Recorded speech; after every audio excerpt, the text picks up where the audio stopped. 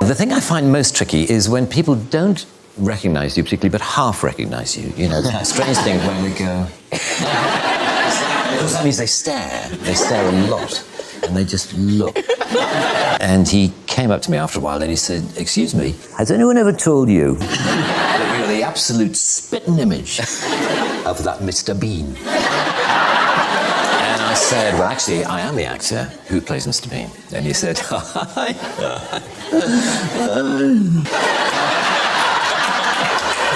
"I bet you wish you were."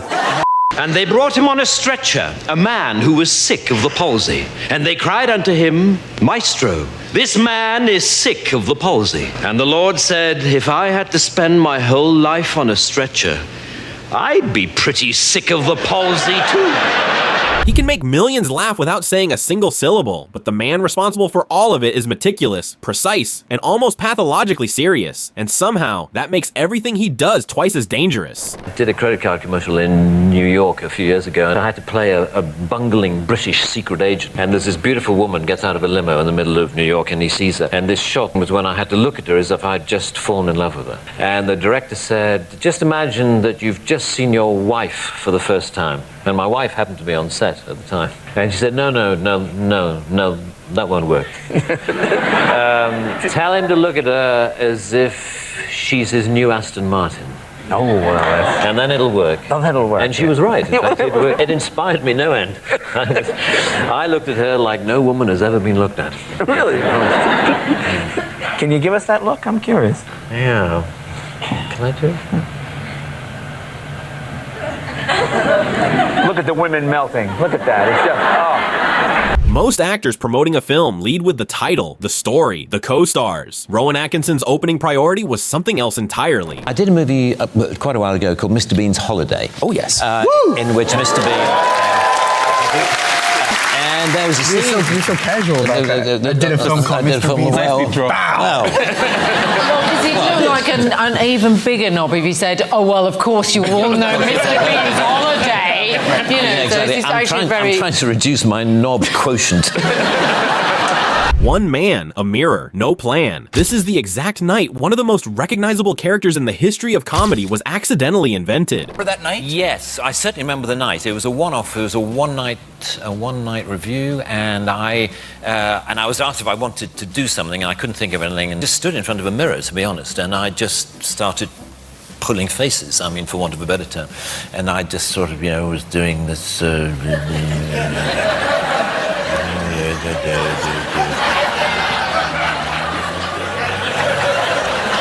then there was this idea of having a card. Have you got anything that I could... Him, I was going to...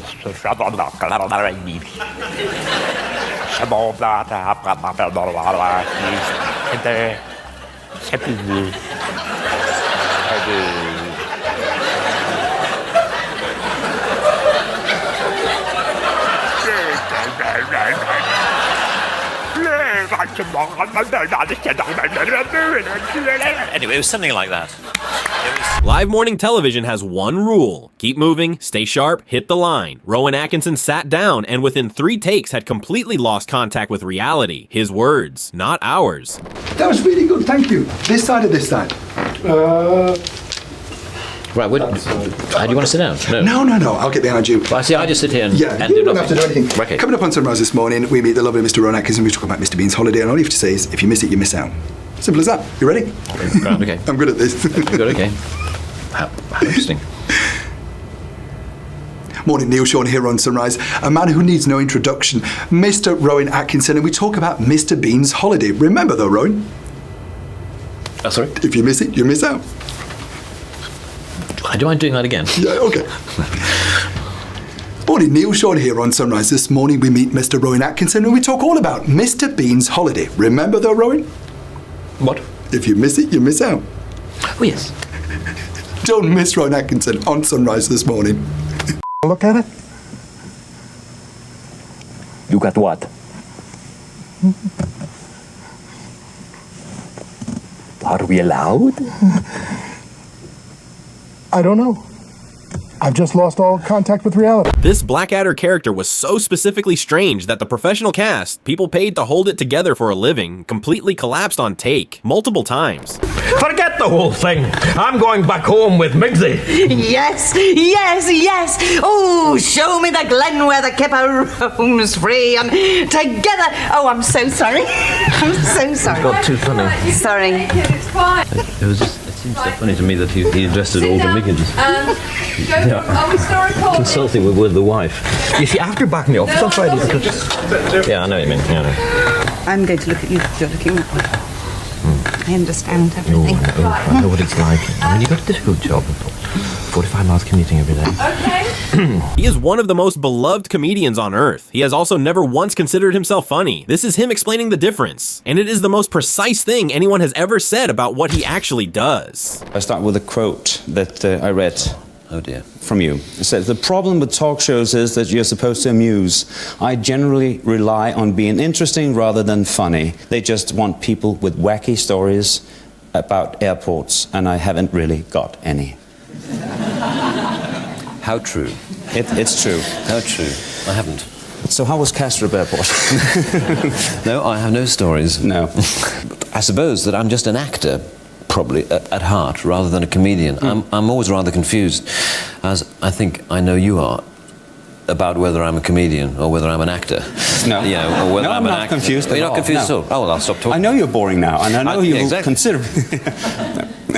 Exactly. You'll be nodding off in no time. Someone told Rowan Atkinson he became a sex symbol because of Blackadder. His response was not what they expected, neither was what came after it. I love your work, I have to say, but the thing that I loved the most, Blackadder. Oh, right, good. Elizabethan Blackadder.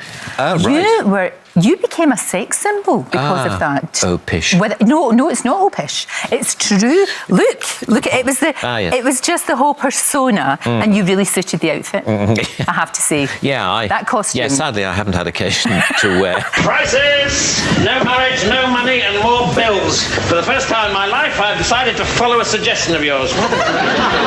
If I may make so bold, a major crisis has arisen in your affairs. At the Formula One Grand Prix, Martin Brundle asked Rowan Atkinson a completely straightforward question. What followed went entirely over Martin Brundle's head, and nobody in that paddock noticed. What would Mr. Bean reckon to all of this Formula One malarkey?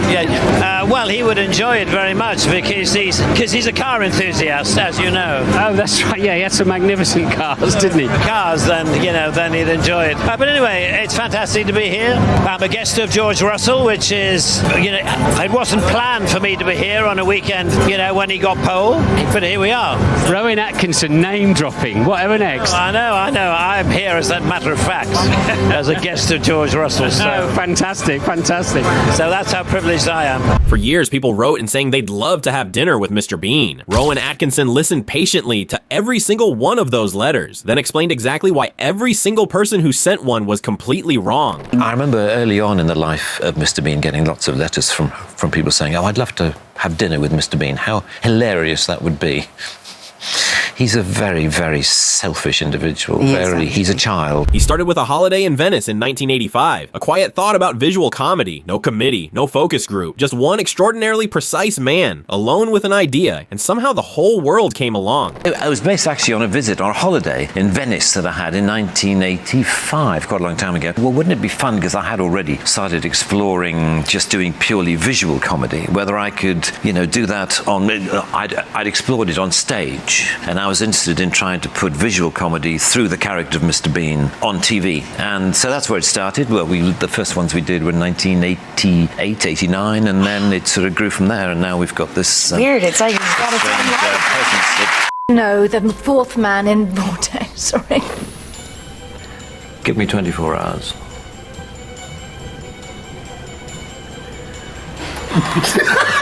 Rowan Atkinson never set out to be funny, he set out to be precise. And somewhere in that gap between what he intended and what the world received, one of the greatest comedic minds of the last 100 years was quietly, accidentally, and permanently born. I was asked if I wanted to do something, and I couldn't think of anything, and just stood in front of a mirror, to be honest, and I just started pulling faces, for want of a better term. And I just sort of, was doing this...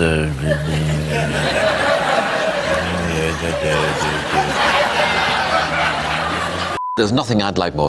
No, that's wrong. There's nothing I'd like more, Simon. Rowan Atkinson spent his whole career trying to be interesting rather than funny. Do you think he succeeded, or did he accidentally become both? Let us know in the comments, and thanks for watching. Indeed I do. Indeed I do. Indeed I do. Still running.